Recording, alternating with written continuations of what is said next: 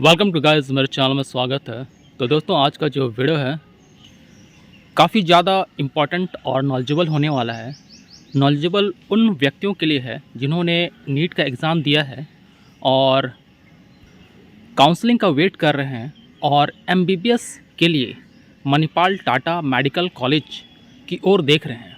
तो उनके लिए काफ़ी ज़्यादा इम्पॉर्टेंट और यूज़फुल होने वाला है, क्योंकि इस वीडियो में जो मणिपाल टाटा मेडिकल कॉलेज है, उस कॉलेज का जो एमबीबीएस का फ़ीस स्ट्रक्चर है उसके बारे में डिस्कशन होगा।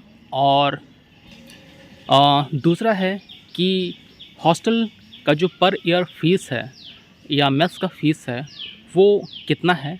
और वीडियो के लास्ट में मैं ये भी बताऊंगा कि क्या आप मणिपाल टाटा मेडिकल कॉलेज में एडमिशन लेते हो तो हॉस्टल लेना अनिवार्य है या नहीं है। तो इसके बारे में भी मैं पूरा डिटेल में बताऊंगा। तो बोलना चाहें कि ये डिटेल तभी पता चलेगा जब आप वीडियो में लास्ट तक बने रहें, क्योंकि कहीं ऐसा ना हो कि मैं आपको बताऊं, एक इन्फॉर्मेशन दूं और आप उस इन्फॉर्मेशन को स्किप कर जाओ। तो वीडियो में पूरा बने रहिए, तभी आपको पता चलेगा क्या है नहीं है। तो चलिए वीडियो में आगे बढ़ते हैं, फीस स्ट्रक्चर के बारे में, कॉलेज और हॉस्टल दोनों के बारे में। चलिए बढ़ते हैं वीडियो में। तो दोस्तों, हम लोग मणिपाल टाटा मेडिकल कॉलेज की फ़ीस स्ट्रक्चर की ओर आ चुके हैं। और जैसा कि हम लोग देख पा रहे हैं यहाँ पे कि एनुअल जो फ़ीस है वो है आपका 16,19,000। और ये आपको फर्स्ट ईयर में भी इतना ही देना पड़ेगा, यानी कि 16,19,000 रुपया। दूसरे वर्ष भी आपको 16,19,000 रुपया ही देना पड़ेगा, और तीसरे और चौथे वर्ष भी इसी तरह से आपको देना पड़ेगा। और इस तरह से आपका 4 वर्षों के लिए है ये फ़ीस। और जैसे कि हम लोग आगे बढ़ते हैं तो हम लोग पाते हैं कि इस कॉलेज में, मणिपाल टाटा मेडिकल कॉलेज में एमबीबीएस के लिए कुछ कॉजन डिपॉजिट मनी भी रखा गया है। और ये कॉजन डिपॉजिट मनी है, ये है आपका 10,000 रुपये।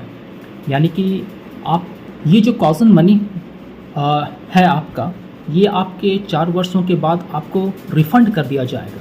लेकिन अगर आप कॉलेज में कोई तोड़-फोड़ करते हैं या फिर आपके 4 वर्षों के अंतराल में कॉलेज को आपसे कुछ नुकसान होता है तो उसके भरपाई इन पैसों से कर लिया जाएगा। यानी कि 4 वर्षों के बाद अगर आप ऐसा कुछ करते हैं तो 4 वर्षों के बाद ये कॉजन मनी आपको रिटर्न नहीं होगा, यानी कि रिफ़ंड नहीं किया जाएगा।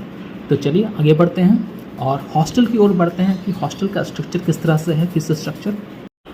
तो दोस्तों, हम लोग हॉस्टल की ओर बढ़ चुके हैं। जैसा कि आप यहाँ देख सकते हैं कि ये हॉस्टल है और ये काफ़ी बड़ा एरिया में फैला हुआ है। जैसा कि मैंने आपको पहले भी बताया है, अगर आपने मेरे पहले वीडियो को देखा होगा तो इस हॉस्टल को ज़रूर देखा होगा। तो चलिए अब इसके हॉस्टल का जो चार्जेस है, जो ईयरली चार्जेस है, उसकी ओर बढ़ते हैं। तो यहाँ जैसे कि आप यहाँ देख सकते हैं कि यहाँ पे सिंगल रूम और डबल रूम दोनों हैं। तो अगर आप डबल रूम की ओर बढ़ते हैं तो यहाँ पे एनुअल चार्जेस जो है 32,000 है। और अगर आप सिंगल रूम की ओर बढ़ते हैं तो यहाँ पे एनुअल चार्जेस जो है 36,500 है। और ध्यान रहे दोस्तों, यहाँ पे ये जो चार्जेस है एसी हॉस्टल्स के हैं, और यहाँ पे एसी और नॉन एसी दोनों हैं। अधिकतर हॉस्टल में अगर देखा जाए तो एसी अवेलेबल है। तो इस हॉस्टल के लिए कुछ ईयरली डिपॉजिट मनी भी तय किया गया है। और वो हॉस्टल का जो डिपॉजिट मनी है वो है आपका 7,500, यानी कि एनुअल चार्जेस है। या ये भी हॉस्टल का कॉजन मनी की तरह है। अगर आप हॉस्टल में कोई तोड़-फोड़ करते हैं या किसी तरह से आप 4 वर्ष के अंतराल में कॉलेज को आपसे कुछ नुकसान होता है तो ये जो हॉस्टल डिपॉजिट मनी है ये कॉलेज रख लिया जाएगा। और अगर आप किसी तरह का तोड़-फोड़ नहीं करते हो या आप कॉलेज को किसी तरह का नुकसान नहीं होता है तो ये जो 7,500 का जो रिफ़ंड मनी है आपको रिफ़ंड कर दिया जाएगा।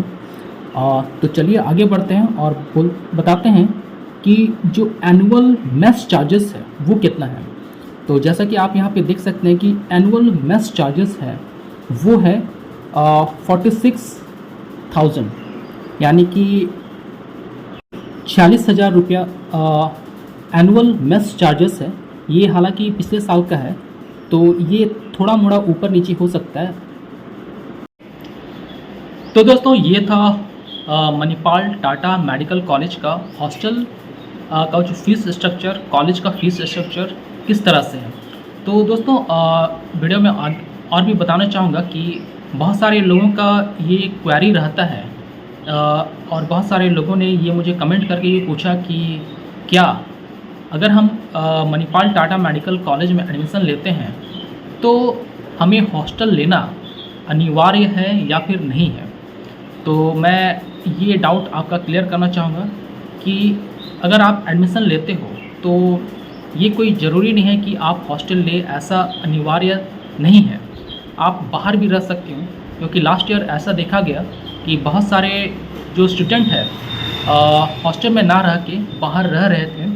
और मैं बोलना चाहूँगा कि बहुत सारे स्टूडेंट यहाँ के लोकल भी थे, तो लास्ट ईयर अलाउ किया गया था और चांसेस अधिक है कि इस साल भी ये जो रहने के लिए जो छूट देना है ये इस साल भी अलाउ करेगा। और आप अगर एडमिशन लेते हो तो आप बाहर भी रह सकते हो, हॉस्टल लेना ज़रूरी नहीं है। और अगर आप हॉस्टल नहीं लेते हो तो आपका 1.5 से 2 लाख रुपए जो ईयरली है वो आपका सेव कर पाओगे। तो दोस्तों बहुत सारे स्टूडेंट अगर इस बात से डर रहे थे कि हॉस्टल लेना ज़रूरी है, तो मैं ये बात शायद इस वीडियो से आपका क्लियर हो चुका होगा। और बोलना चाहेंगे कि आई होप कि ये वीडियो आपके लिए काफ़ी ज़्यादा यूज़फुल रहा होगा। और मैं बोलना चाहूँगा कि जो लोग इस वीडियो में नए हो उस वीडियो को लाइक करें, सब्सक्राइब करें और जितना हो सके अपने दोस्तों के साथ शेयर करें, क्योंकि मणिपाल से रिलेटेड वीडियो इस चैनल पर मिलते हैं। तो आई होप कि ये आपको जानकारी काफ़ी इन्फॉर्मेटिव लगी होगी। तो चलिए मिलते हैं नेक्स्ट वीडियो में नेक्स्ट टॉपिक के साथ।